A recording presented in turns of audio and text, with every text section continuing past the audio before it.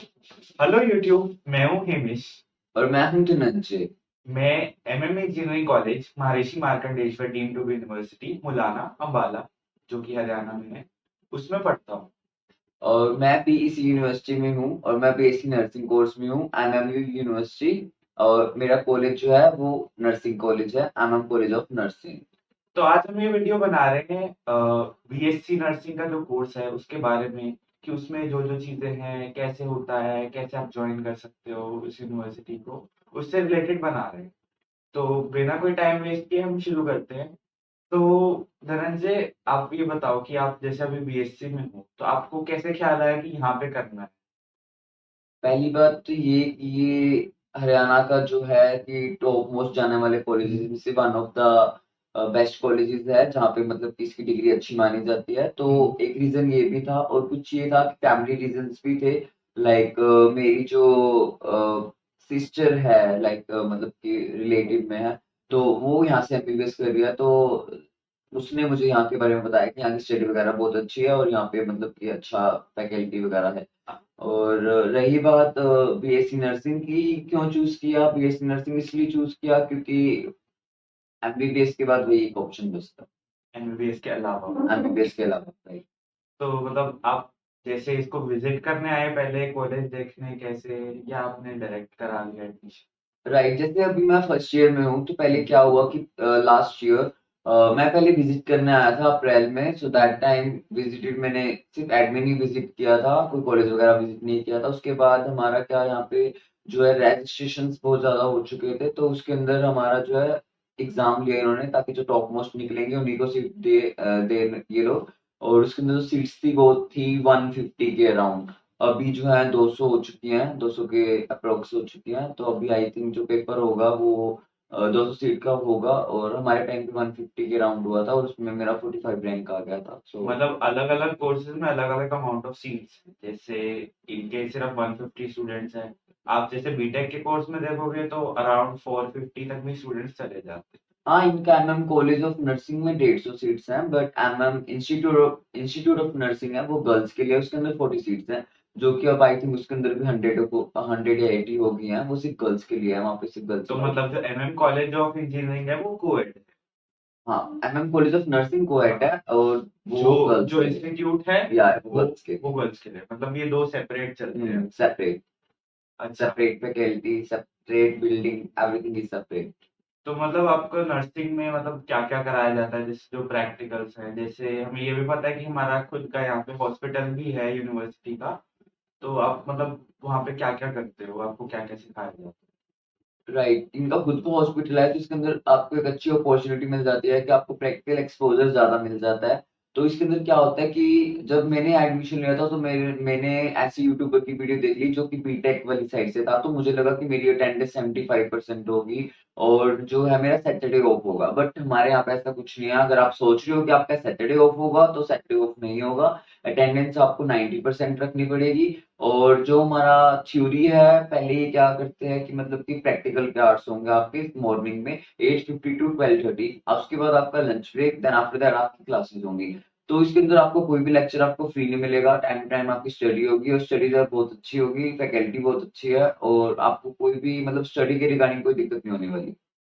एक बात ये है कि यहाँ पे फैकल्टी सपोर्टिव है, कि लाइक आप उनको कुछ भी बात बताओ, they will try to solve. Even यहाँ पे जेंडर इक्वेलिटी सेल्स भी है, तो एज सच आपको कोई दिक्कत नहीं आने वाली। और अगर आपको कोई दिक्कत आती भी, आप हायर अथॉरिटी को रिपोर्ट करो। यहाँ बिल्कुल भी वैसी यूनिवर्सिटी की तरह नहीं है कि सब कुछ चल जाएगा। आपने एक बार रिपोर्ट कर दिया, सारी प्रॉब्लम आपकी वहीं सॉल्व हो जाती है। तो मुझे आप ये बताओ कि आपका जैसे आपने प्रैक्टिकल का बताया, थ्योरी का बताया, तो थ्योरी में आपको क्या-क्या बताया जाता है और प्रैक्टिकल में क्या-क्या बताया जाता है? थ्योरी में ऐसा होगा कि पहले आपको क्लास में थ्योरी उसकी कराई जाएगी, उसके बाद अगर वो प्रैक्टिकल में आ रहा है, हमारे कोई प्रोसीजर है, तो हमें लैब में कराया जाएगा। लैब में कराने के बाद वो हमें पेशेंट पे प्रैक्टिस करने दिया जाएगा, वो कि हॉस्पिटल में जाके करने देंगे।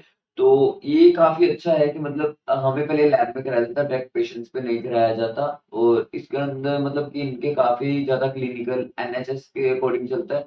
नॉट सॉरी, एनएचएस के अकॉर्डिंग नहीं, वो यूके का है। ये चलता है इंडियन नर्सिंग काउंसिल के अकॉर्डिंग। जितने उन्होंने प्रैक्टिकल आवर्स दे रखे हैं उतने ही इनके, सारा उसी अकॉर्डिंग चलेगा। तो प्रैक्टिकल आवर्स में आपका ये होगा कि प्रैक्टिकल नॉलेज आपकी काफी अच्छी हो जाएगी, क्योंकि इनका खुद का हॉस्पिटल भी है। हाँ, तो मतलब इनका कोर्स रिकॉग्नाइज्ड है जो अपनी नेशनल बॉडी है नर्सिंग की, इंडिया की। और दूसरी बात कि आपको प्रैक्टिकल कराया जाएगा क्योंकि हॉस्पिटल है, और रियल पेशेंट पे आपको कराया जाएगा।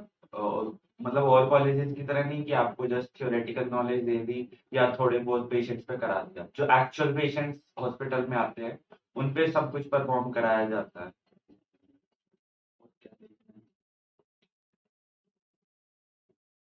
तो हमने ये सब तो जान लिया। अब ये बात आती है कि चलो हम कॉलेज में आ रहे हैं, तो बच्चे तो ऑब्वियसली यही सोचते हैं कि हाँ थोड़ी मौज मस्ती भी करेंगे, सिर्फ पढ़ाई थोड़ी करेंगे।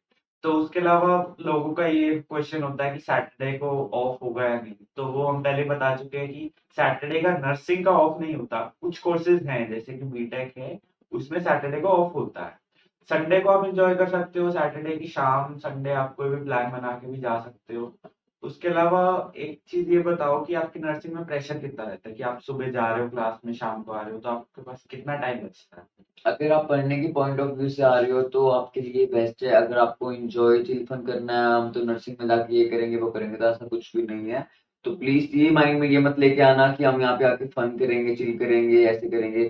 क्योंकि नर्सिंग कॉलेज एक ऐसा प्रोफेशन है कि जो मतलब कि ना कोड ऑफ एथिक्स, लाइक कि मतलब आपको रूल्स एंड रेगुलेशंस फॉलो करने पड़ते हैं।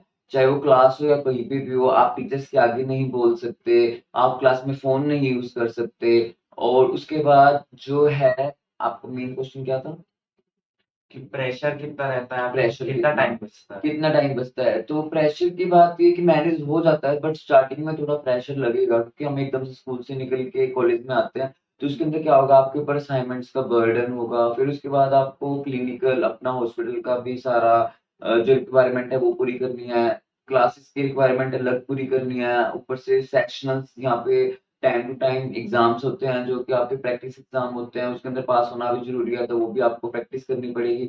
तो प्रेशर लिटिल बिट हो जाता है, बट मैनेज हो जाता है। अगर आप एवरेज बच्चे हो तो आप कर सकते हो, बट डीमोटिवेट भी हो जाते हैं यहाँ पे जो स्टार्टिंग में आते हैं, बट बाद में आप इसके यूज टू हो जाते हैं। It's not a big deal. अब जैसे यहाँ पे कुछ कोर्सेज हैं जैसे ऑप्टोमेट्री, तो उनमें आपको टाइम ज्यादा मिल सकता है कि कुछ क्लासेस फ्री होती है। बट नर्सिंग या बीटेक जैसे कोर्सेज में आपको टाइम बिल्कुल फ्री नहीं मिलेगा। आप सुबह 8:50 पे आपकी क्लास है एंड आपकी 4:20 तक है, तो 5-10 मिनट ऊपर नीचे चलता है। तो ऑलमोस्ट आप अपना सारा रैप अप करके दोस्तों के साथ बातचीत करके आराम से आप 4:30 तक ही मानो कि आप फ्री हो गए। और वो भी बंदा पूरा दिन थक जाता है, तो ऑब्वियसली रेस्ट भी फिर जरूरी है। कुछ लोग रेस्ट करेंगे या कुछ लोग अपने घूमेंगे इधर उधर, या कुछ लोग अपनी फिटनेस की ओर ध्यान देंगे। तो that entirely depends upon you कि हाँ आपको रात को थोड़ा सा तो काम करना ही पड़ेगा, आप रोज कॉलेज जा रहे हो।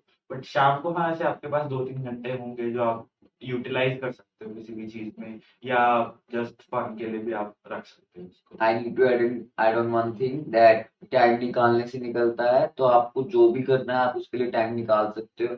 आपके पास पूरी रात है, आपके पास 4 बजे के बाद कॉलेज आवर्स के बाद भी बहुत टाइम बच जाता है। So that not a big deal कि आप ऐसा नहीं कर सकते, जो भी आप चाहो वो कर सकते हो। So best of luck. और यहाँ का फीस स्ट्रक्चर कैसा रहेगा बीएससी नर्सिंग में? फी स्ट्रक्चर आपका रहेगा, जैसे हमारा जो फी स्ट्रक्चर ये हर साल बढ़ता है, तो कुछ अमाउंट जो है बढ़ा देते हैं ये। लाइक हमारा फर्स्ट सेम की फीस थी वो 55,000 थी, और साल की होगी 1,10,000। अब जो है हमारी सेकंड ईयर की फीस हमसे पेड ऑलरेडी करा चुके हैं, तो वो 56 समथिंग हो गई है, तो कुछ कुछ अमाउंट बढ़ रहा है। तो वो तो हर साल इनका बढ़ता है, चाहे हॉस्टल क्यों ना, हॉस्टल का भी इनका बढ़ता है। सो आने वाली वीडियोस में आप देखोगे हॉस्टल टूर वगैरह भी होगा, और इसके पार्ट 2 भी आएंगे, क्योंकि अगर हम आगे वीडियो बनाएंगे तो ये और थोड़ी लंबा हो जाएगा। तो उसके अंदर आप बीटेक और भी अदर कोर्सेज के बारे में जानोगे कि एमएमयू कैसा, और कोर्सेज है उनका क्या क्राइटेरिया है, कैसे उनकी क्लासेस हैं, और अटेंडेंस का क्राइटेरिया तो ऑलमोस्ट सब में सेम है। कुछ एक मैच जिनमें 75 पे भी एडमिट कार्ड दे देते हैं।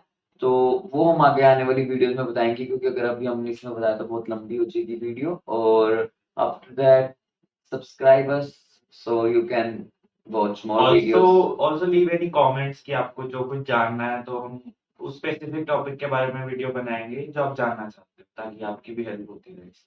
Thank you. Thank you. 10 minute से तो ऊपर टपकी होगी।